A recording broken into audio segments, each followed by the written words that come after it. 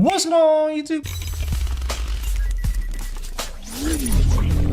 Welcome back, everyone. This is Lee, and yes, today's the day we will take a look at the TTARTISAN 10mm f2 lens versus the SONY 11mm 1.8 lens. So with all that said, let's begin. So right before we get started, I just want to first point out that TTARTISAN, they did send this lens over to me for evaluation. However, as usual, all opinions are my own opinion about the product. Also, this Sony lens you see in this video, this is my lens that I use on my Nikon ZF with the mega adapter. And so with all that out the way, let's take a look at the price. Now, the Sony 11mm 1.8 lens comes in roughly around 548 USD, whereas the TTARTISAN 10mm f2 lens comes in roughly around 160 USD. So throughout this entire video, you guys need to decide if the Sony is well worth that extra $389. Now, let's take a look at the specs. Now, both lenses are APS-C. However, the Sony is a 11mm lens, so that's a 60.5 full frame equivalent. Also, it comes in at 1.8 aperture. And another thing you guys should know is that this lens is an autofocus lens. It has 12 elements, 11 groups, 7 blades, and it weighs about 181 grams, whereas the TTARTISAN is a 10mm lens, which is a 15mm full frame equivalent. It starts at an aperture of f2, and this lens is a manual focus, which is the biggest difference between the Sony. So just keep that in mind. Also, this is 13 elements, 10 groups, 8 blades, and also it weighs about 345 grams. Now, let's take a look at some special features. Now, the Sony features a plastic bill and also a shortcut button, as you can see, a autofocus to manual focus switch, and also a focus ring in the front, all plastic bill, as you can see. And at the rear of the lens, there's your contact point, and also that's mega adapter right over there. Now, let's take a look at the TTARTISAN. The TTARTISAN comes in with a metal bill. Here's the focus ring, it's pretty smooth. And also the aperture ring is very clicky, but it's really thin. So sometimes you'll end up bumping the focus ring when you are changing your aperture. So keep that in mind. Also, if you take a look at the rear of the lens, there is no contact points at all. So this is a pure manual focus lens with no contact. So you won't get any XF data. So keep that in mind. Now let's take a look at the lens hood of each lens. Now, as for the lens hood, the Sony comes in with a plastic lens hood, but when the lens hood is on your lens, you can also apply a lens cap while covering up your lens with the lens hood on. Whereas the TTARTISAN, it's a full metal lens hood, it's a screw-on. Also, the lens cap is a screw-on top of the lens hood, which takes some time to remove, as you can see. But you can also screw on a filter on top of this lens hood, a 72mm filter if you want. And if you do not desire the lens hood at some time, you could also remove it and apply this rubber cap. So with all the features and accessories out the way, let's take a look at our first test. Now, as for our first test, this is the distortion test, and already right off the bat, you can tell that the Sony has more distortion than the TTARTISAN. The TTARTISAN seems to have very minimal distortion, but when you turn on the lens profile and Lightroom on the Sony, this is what it looks like, and it looks quite identical. So when it comes to lens design, TTARTISAN has less distortion than Sony. Now, if you plan to buy the red Komodo, you will be experiencing this particular distortion on the Sony because there's no lens profile corrections on the red Komodo for your Sony lens. So keep that in mind. This is what the distortion is going to look like. So you definitely need software to fix this issue. So there we have it.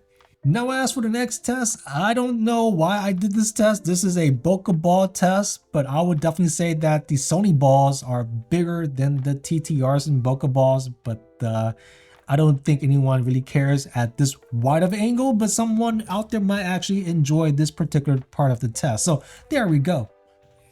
Now, as for the next test, this is the vignetting test, and I will say that the Sony has more vignetting than the TTARTISAN. However, once I turn up the lens profile in Lightroom, I noticed that a lot of the vignetting in the Sony disappears, and the TTARTISAN seems to have just a tad more vignette than the Sony. So keep that in mind. And as for the next test, this is the flare test. I will say that the TTARTISAN has slightly more character than the Sony, the sunburst, and that to me looks very pleasing if you're looking for that interesting photographic type of effect, whereas the Sony seems to be very digital, very controlled.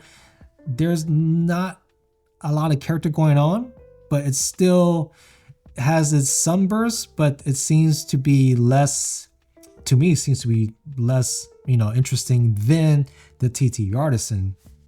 Now, when it comes to chromatic aberration, I will happily say that they both perform more or less the same. Now, here's another example of chromatic aberration test. I'm aiming at this aluminum roof on a sunny day, and I don't see any CA going on. So both lenses, when it comes to CA, they perform more or less the same. Now, as for this next test, this is the background blur test at wide angle. So whoever needs to see this, of course, 1.8 will give you slightly more background blur than f2, and you guys can see through the entire aperture range to see which one fits your taste. So yeah, there we go.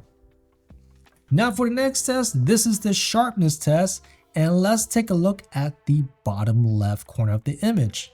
Now for the bottom left corner of the image, I will say that the Sony seems to be slightly sharper than the TTARTISAN throughout the range. Now at the bottom mid of the image, I noticed that roughly around f4ish, that's when the TTARTISAN seems to be very sharp over the Sony. So that was a quite interesting turn of events right over there. I did not even know that was a thing, but there we go.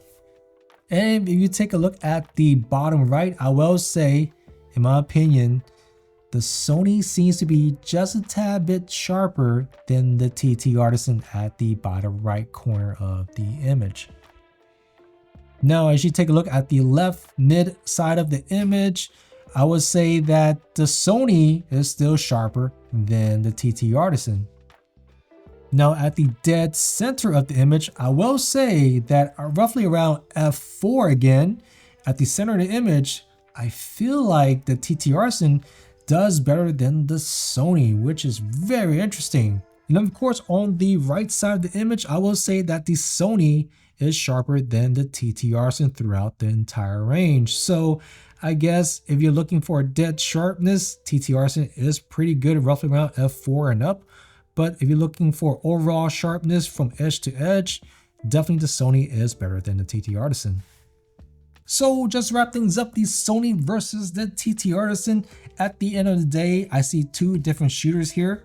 One that needs autofocus and one that can do manual focus, no problem. So you'll be saving a lot of money if you know how to do your manual focus. But if you need to rely on your autofocus, definitely the Sony is the way to go. It's $548 versus $160, a $389 difference. And also the Sony comes in at 1.8 aperture versus the f2 on the TTARTISAN. So it's just a slight more blurred in your image and you get slight more light in your sensor. So definitely keep that in mind. Now, for the Sony, we do have some issues because on my channel, we are a Nikon channel. So if you're planning to buy these Sony lenses for your Nikon bodies, just make sure you know that some of these lens profile stuff, it may not happen in your camera. And especially if you're buying red Komodo cameras, you definitely need to fix up the distortion control and vignetting control in post. So definitely keep that in mind. Now, with the TTARTISAN, it's a full metal lens, so it's slightly heavier than the Sony lens. Also,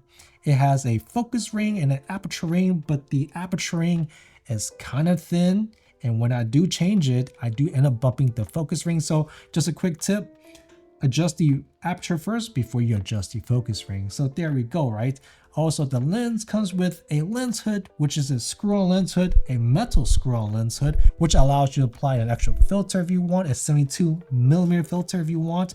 And that is a nice touch because my lenses in the past, I would have to buy that separately. It will cost me roughly around 20 to 30 bucks depending on the brand. It's just a nicer touch on the TTARTISAN. They are very thoughtful in that regards. And also, if you don't want the lens hood You can also apply the rubber cap, which is also a nice touch as well.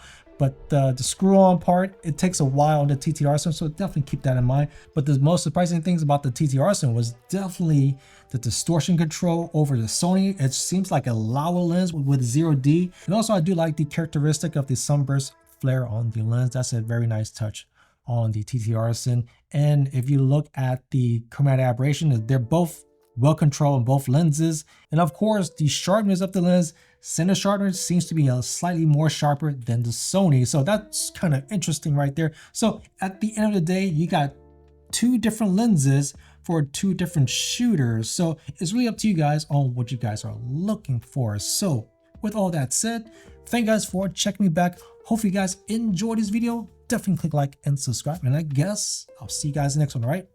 Take it easy. Peace.